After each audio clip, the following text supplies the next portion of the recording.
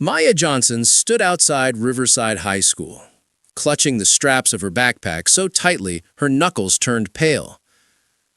The red brick building loomed in front of her like a giant fortress, filled with hundreds of students who already knew each other, already had their friend groups, already belonged.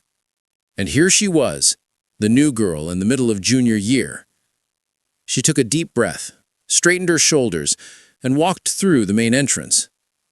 The hallways buzzed with energy, lockers slammed shut, students laughed and shouted to each other, and the smell of cafeteria breakfast mixed with cheap cologne filled the air. Maya felt invisible and hyper-visible at the same time. A few curious eyes glanced her way, but most students rushed past without a second look. Her schedule said to report to the main office first. She found it tucked around the corner, a small room with pale yellow walls and motivational posters that looked like they'd been hanging there since the 90s. A friendly woman with gray hair and bright pink glasses sat behind the desk. "You must be Maya Johnson," the woman said warmly. "Welcome to Riverside. I'm Mrs. Patterson. Principal Edwards is expecting you." Before Maya could respond, a tall man with kind eyes and a firm handshake emerged from the inner office. "Maya, welcome," Principal Edwards said. "We're happy to have you here. I know transferring mid-semester isn't easy, but I think you'll find Riverside is a good school with good people. If you need anything at all, my door is always open." Maya nodded, managing a small smile. "Thank you, sir." Principal Edwards handed her a folder with her class schedule, a campus map, and a student handbook. "Your first class is American History with Mrs. Henderson in room 214. She's excellent. I'll have one of our student ambassadors walk you there." But there was no ambassador available, so Maya navigated the maze of hallways herself, checking room numbers and trying not to bump into the rushing crowds. When she finally found room 214, she paused outside the door. Through the small window, she could see students already seated, chatting and laughing. This was it. No turning back. She knocked softly and opened the door. Every head turned toward her. The room fell silent for just a second, that awful spotlight moment every new student dreads. Maya felt her cheeks grow warm, but she kept her chin up. Mrs. Henderson, a middle-aged woman with curly red hair and a genuine smile, approached immediately. "You must be Maya. Class, this is Maya Johnson. She's joining us from Lincoln Heights across the state. Let's make her feel welcome." A few students offered polite smiles and quiet hellos. Maya noticed the usual high school landscape. The athletes in their Letterman jackets clustered in the back, the studious kids near the front, the artists and musicians along the windows, and everyone else filling in the spaces in between. "Take any open seat, Maya," Mrs. Henderson said. Maya spotted an empty desk in the middle row, not too close to the front, where she'd seem too eager, not too far back where she'd be near the loud group. She slid into the seat and set her backpack down, acutely aware that some students were still watching her. The girl next to her, a petite Asian American student with purple highlights in her hair, leaned over and whispered, "I'm Sophie. Don't worry, Mrs. Henderson is cool, and most people here are pretty chill." "Thanks," Maya whispered back, grateful for the kindness. Mrs. Henderson launched into a lesson about the civil rights movement, and Maya found herself genuinely interested. This was one of her favorite topics. When Mrs. Henderson asked a question about the significance of the Montgomery bus boycott, Maya's hand shot up before she could second-guess herself. "Yes, Maya," Mrs. Henderson called on her, looking pleased. It lasted over a year and showed that sustained economic pressure could force institutional change. It also demonstrated the power of community organization and nonviolent resistance, Maya answered clearly. Mrs. Henderson beamed. "Excellent answer. I can tell you know your history." Maya felt a surge of pride, but she also noticed something else. Some of the students in the back were whispering and looking her way. Not friendly looks. She couldn't hear what they were saying, but the vibe felt off. The boy in the center of that group wore a red and white Letterman jacket with a big R on the chest. He had dark hair styled with too much gel, a sharp jawline, and an expression that seemed stuck between a smirk and a sneer. When Maya's eyes accidentally met his, he didn't look away. Instead, his smirk widened slightly and he whispered something to the blonde guy next to him. They both laughed. Maya quickly looked back to her notebook, her stomach tightening. She knew that look. She'd seen it before at her old school, though never directed at her. It was the look of someone sizing up a target. The rest of the class passed without incident. When the bell rang, students gathered their things in a chaotic rush. Sophie turned to Maya again. "So, where are you from? What brings you to Riverside?" "Lincoln Heights. My dad got transferred for work, so we had to move." "That's rough, especially mid-year. But hey, if you need someone to show you around or sit with at lunch, I'm usually in the library or the courtyard." "I'd really appreciate that," Maya said sincerely. As they walked toward the door, Maya felt a shoulder bump hard into hers. Her notebook slipped from her hand and clattered to the floor, papers scattering. "Oh, sorry," a voice said, but it didn't sound sorry at all. Maya looked up to see the guy in the Letterman jacket standing there, his two friends flanking him like bodyguards. Up close, she could read the name embroidered on his jacket. Derek Martinez. "Didn't see you there," Derek said, his tone dripping with fake innocence. Maya bent down to pick up her papers, and Sophie immediately crouched to help. Derek and his friends didn't move, forcing other students to walk around them. "Maybe watch where you're going next time, new girl," one of Derek's friends said, a stocky guy with a buzz cut. Maya didn't respond. She gathered her papers, stood up, and walked past them without making eye contact. She could feel their stares burning into her back. "Don't worry about them," Sophie said once they were in the hallway. "That's Derek Martinez and his crew. They think they run the school because Derek's on the football team and his dad donates money to the athletic department. They're jerks, but mostly they just talk big." Maya nodded, but something in her gut told her this wasn't going to be that simple. The rest of the morning was a blur of new classes, new faces, and new teachers. By lunchtime, Maya's head was spinning with information. Sophie had invited her to sit together, which was a relief. Walking into a cafeteria alone on your first day was social suicide. She found a table near the windows, away from the main crowd. As Maya unwrapped her sandwich, she couldn't help but scan the cafeteria. The social hierarchy was obvious. The athletes dominated the center tables, cheerleaders perched on the edges of benches, theater kids claimed a corner, and everyone else filling in the spaces in between. And there, right in the middle of it all, was Derek Martinez holding court like some kind of teenage king. His friends laughed at everything he said, and underclassmen actually seemed nervous around him. Maya told herself to ignore it, to focus on making friends and getting through the year.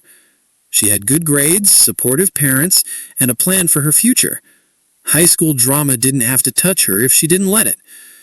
But as she took a bite of her sandwich, Derek's eyes found hers across the crowded cafeteria. He raised his soda can toward her in a mock toast, that same unsettling smirk. Maya looked away, but the message was clear. She'd been noticed, and not in a good way. Monday morning arrived with dark clouds hanging over Riverside High, matching the heaviness Maya felt in her chest. She'd spent the weekend trying to convince herself that things would get better, that maybe Derek and his friends would get bored and move on to someone else. She was wrong. The whispers started the moment she walked through the main entrance. Students clustered in small groups, phones out, looking at something and then glancing her way. Maya's stomach twisted. What now? Sophie rushed up to her, face flushed with anger.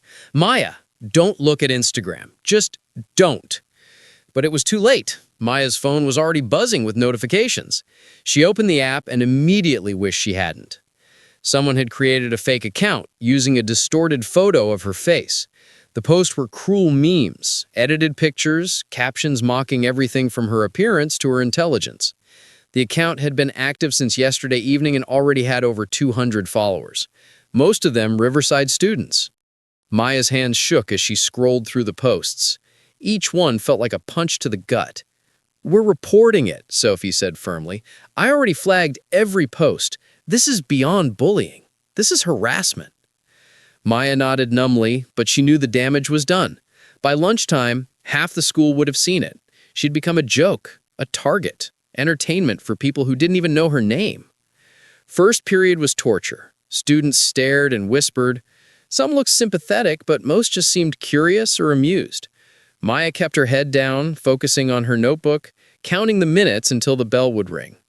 By third period, Mrs. Henderson's history class, Maya was running on autopilot. She took her usual seat, pulled out her materials, and tried to make herself invisible. Mrs. Henderson announced they'd be working on group projects about social justice movements throughout history. "I've already assigned the groups," she said, reading from her list. "Each group will have 4 members, and you'll present next week." Maya listened as Mrs. Henderson called out names, hoping she'd be paired with Sophie or other friendly classmates. Group 7, Derek Martinez, Jason Chen, Brad Williams, and Mrs. Henderson paused, checking her roster. "We have an odd number, so this group gets 5. Maya Johnson, you're with them." Maya's blood ran cold. No, not them. Anyone but them. She looked up at Mrs. Henderson, ready to ask for a different group, but the teacher had already moved on to Group 8. In the back row, she heard Jason laugh, not even trying to hide it. "Man, this is going to be interesting," Tyler said loudly from his group. Mrs. Henderson clapped her hands. "All right, everyone, move into your groups. You have the rest of the period to start planning." The classroom erupted in movement. Maya stayed frozen in her seat as desks scraped across the floor and students clustered together. She watched Derek, Jason, and Brad slowly make their way to the back corner, not even looking at her. Sophie squeezed Maya's shoulder as she passed. "Want me to ask Henderson if you can switch?" Maya shook her head. Asking to switch would make her look weak, scared, and maybe she was both those things, but she wouldn't give them the satisfaction of knowing it. She gathered her things and walked to the back corner where her group had assembled. Derek sat sprawled in his chair like he owned the place, feet propped on another desk.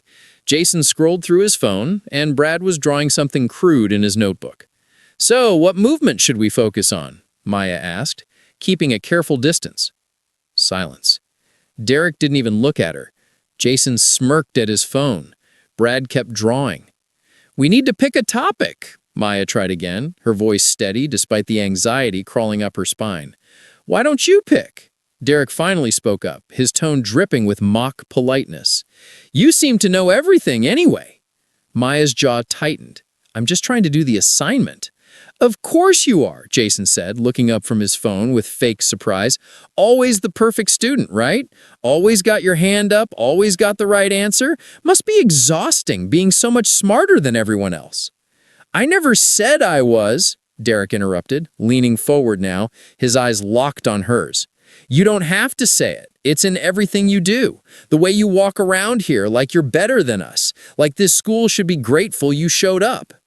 Maya felt something crack inside her chest. "I never acted like that. I just want to get through the day and do my work. You're the ones who won't leave me alone."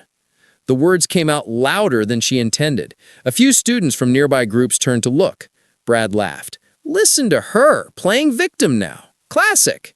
"I'm not playing anything," Maya shot back, her voice rising. "You've been harassing me since day one. The comments, the locker, that fake Instagram account." "Whoa, whoa, whoa," Derek held his hands in mock surrender. "Instagram account? We don't know anything about that. Maybe you're just paranoid. Maybe you're so obsessed with being oppressed that you see it everywhere." The casual cruelty of it, the way he twisted everything, made Maya's vision blur with angry tears. But she refused to cry. "Not here, not now." "You know exactly what you've been doing," she said quietly, but with steel in her voice. Derek stood up then, and suddenly he was towering over her desk. The room felt smaller. Students were definitely watching now. The classroom had gone quiet except for the hum of the overhead lights. "You want to know what I know?" Derek's voice was low, dangerous. "I know you came here acting like you run the place. I know you need to learn your—" "Mr. Martinez, is there a problem?" Mrs. Henderson's voice cut through the tension like a knife. Derek's expression shifted instantly, innocent, confused. "No, ma'am, we're just having a disagreement about the project topic." Mrs. Henderson didn't look convinced, but before she could respond, Derek continued, "Actually, I think this group is too big anyway. Maybe Maya should work alone. She seems to prefer it." He reached out like he was going to push Maya's books off the desk, a petty, childish gesture meant to humiliate her. But his foot caught on the chair leg. Everything happened in slow motion. Derek stumbled forward, his leg swinging out wildly for balance. His shoe connected with Maya's arm floor with a sickening thud.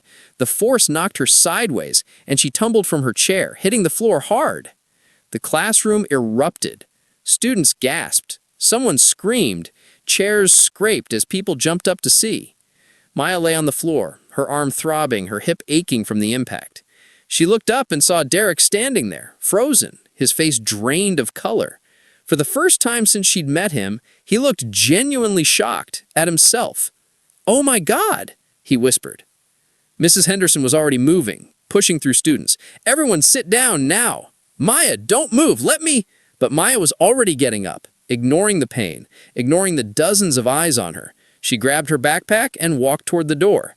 "Maya, wait," Mrs. Henderson called. "You need to go to the nurse." "I'm fine," Maya said, though her voice cracked. She didn't look back at Derek, didn't look at anyone. She just left. Behind her, she heard Mrs. Henderson's sharp voice. "Derek Martinez, principal's office, right now." Derek sat in the hard plastic chair outside Principal Edwards' office, his leg bouncing uncontrollably. His hands were clammy, and he kept replaying the moment over and over. Maya falling, the sound of her hitting the floor, the look on her face. He'd messed up. Badly. The office door opened and Principal Edwards stood there with an expression that made Derek's stomach drop. "Come in, Mr. Martinez." Derek walked in on shaky legs. His father was already sitting there, dressed in an expensive suit, arms crossed, jaw clenched. Victor Martinez looked like he walked straight out of a board meeting, which he probably had. His presence filled the room with a different kind of tension. "Sit down, Derek," Principal Edwards said, not unkindly but with unmistakable authority. Derek said. He couldn't look at his father. "I've reviewed the incident with Mrs. Henderson," she began. "She witnessed you standing over Miss Johnson in what appeared to be a threatening manner. Then you made physical contact that caused her to fall and potentially get injured. That constitutes assault, Derek. Do you understand the severity of that?" "It was an accident," Derek mumbled. "I tripped. I didn't mean to." "Didn't mean to what?" His father's voice cut through like ice. "Didn't mean to humiliate this family? Didn't mean to jeopardize your future? Didn't mean to act like some kind of thug?" Derek flinched. There it was, the word his father always used when he was disappointed. Thug, like Derek was some criminal instead of his son. Principal Edwards held up a hand. "Mr. Martinez, I need to speak with Derek first. What concerns me isn't just this incident.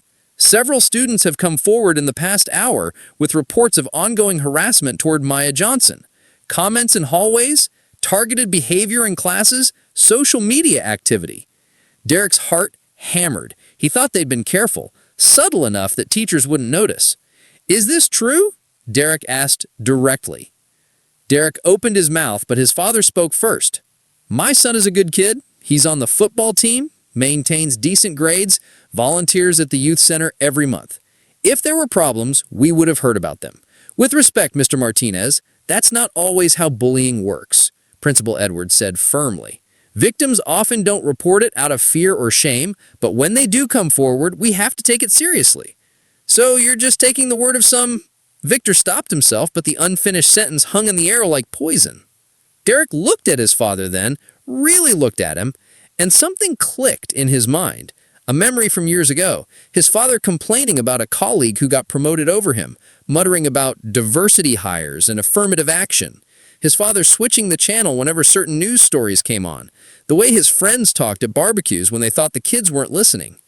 Derek had absorbed it all, like a sponge. Without even realizing it, he'd become an echo of his father's worst traits. "I'm suspending you for 3 days," Principal Edwards announced. "When you return, you'll serve 2 weeks of lunch detention and you'll write a formal apology to Miss Johnson. You're also required to attend counseling sessions with our school psychologist. This is non-negotiable." 3 days? Victor stood up abruptly. "Right before the big game." Maya didn't go back to school for the rest of the week. Her parents finally got the truth out of her that evening after the incident. She'd held it together all day, through the nurse's office, through the questions from the counselor, through the long bus ride home. But when her mother asked how her day was, something inside Maya broke. She told them everything. The comments, the fake Instagram account, the locker vandalism, the constant feeling of being hunted. Her mother cried.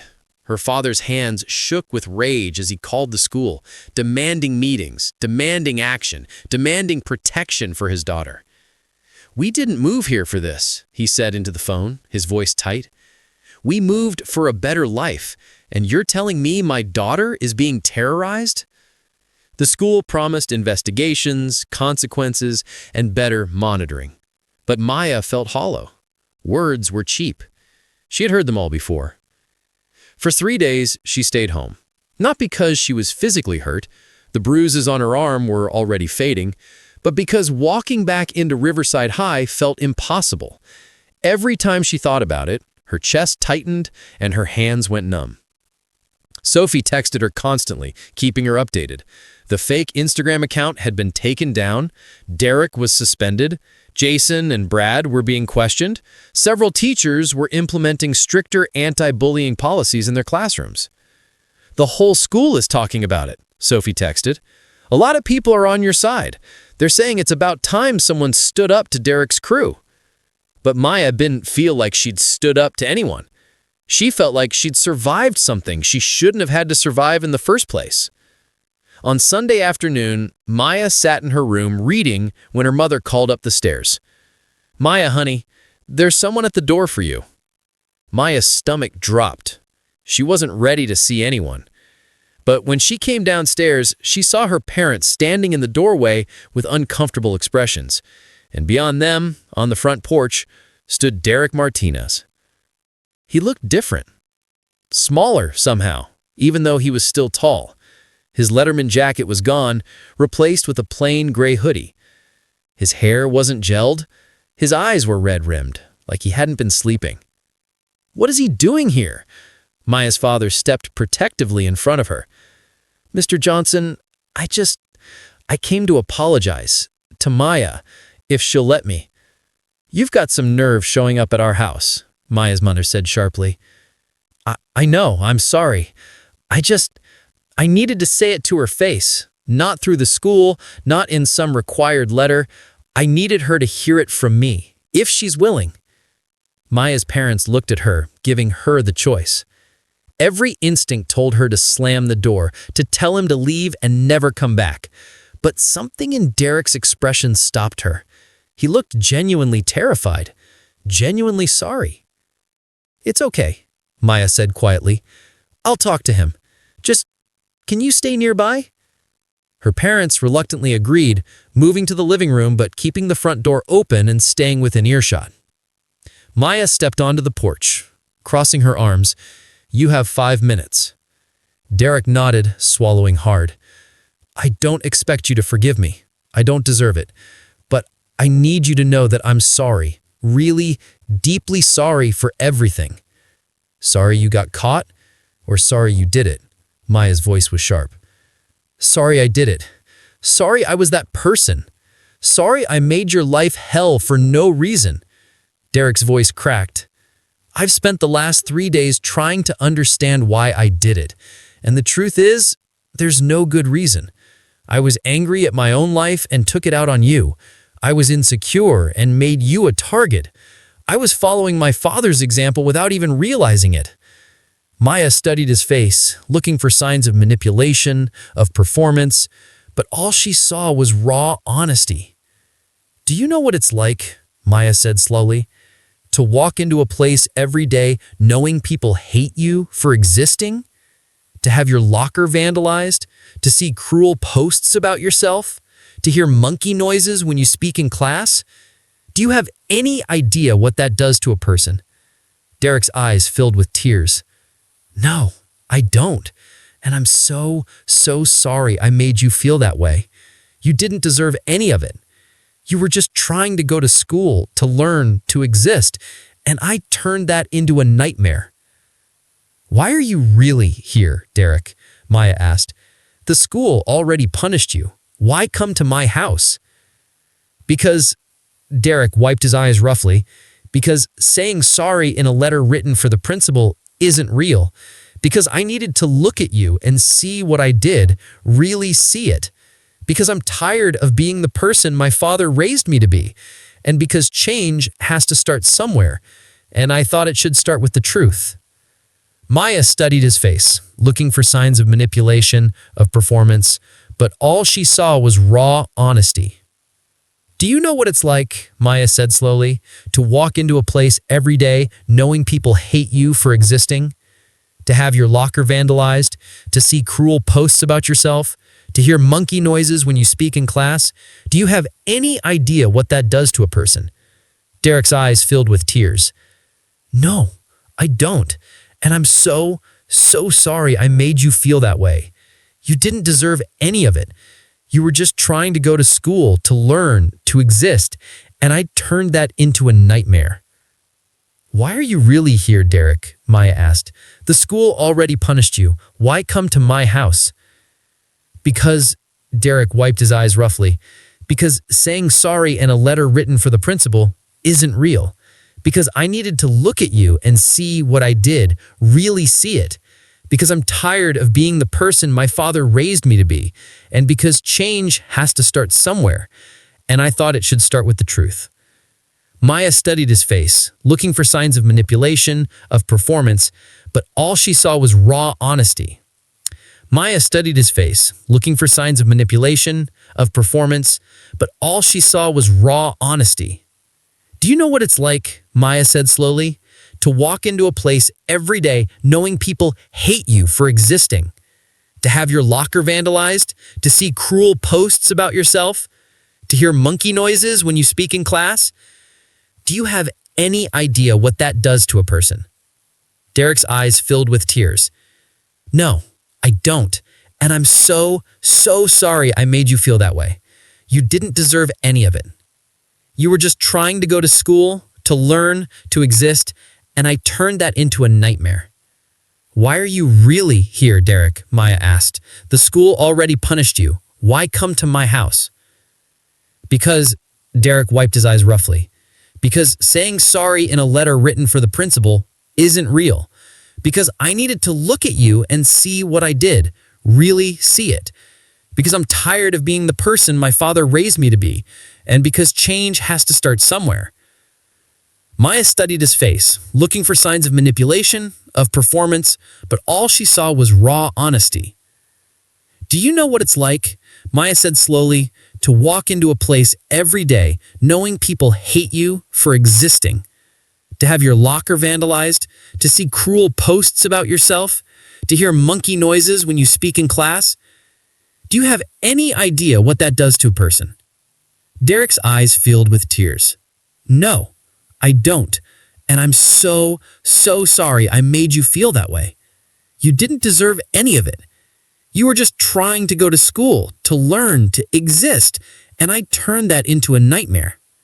Why are you really here, Derek? Maya asked. The school already punished you. Why come to my house? Because, Derek wiped his eyes roughly, because saying sorry in a letter written for the principal isn't real. Because I needed to look at you and see what I did, really see it. Because I'm tired of being the person my father raised me to be, and because change has to start somewhere, and I thought it should start with the truth. Maya studied his face, looking for signs of manipulation, but all she saw was raw honesty. Do you know what it's like, Maya said slowly, to walk into a place every day knowing people hate you for existing? To have your locker vandalized, to see cruel posts about yourself, to hear monkey noises when you speak in class. Do you have any idea what that does to a person? Derek's eyes filled with tears. No, I don't. And I'm so sorry I made you feel that way. You didn't deserve any of it. You were just trying to go to school, to learn, to exist, and I turned it into a nightmare. Why are you really here? Derek wiped his eyes roughly. Because, Saying sorry in a letter for the principal doesn't mean anything, because I needed to see you and see how I hurt you. Because I'm tired of being a person I wasn't. Do you know what it's like, Maya said slowly, to walk into a place every day knowing that people hate you for existing? To have your locker vandalized, to see cruel posts about yourself, to hear monkey noises when you speak in class? Do you have any idea what that does? Derek's eyes filled with tears. No, I don't, and I'm so sorry I made you feel that way. And you didn't deserve any of that.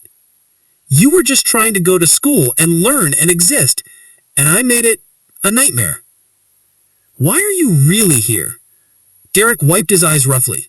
Because saying sorry in a letter written for the principal isn't real. Because I needed to look at you and see what I did. Really see it.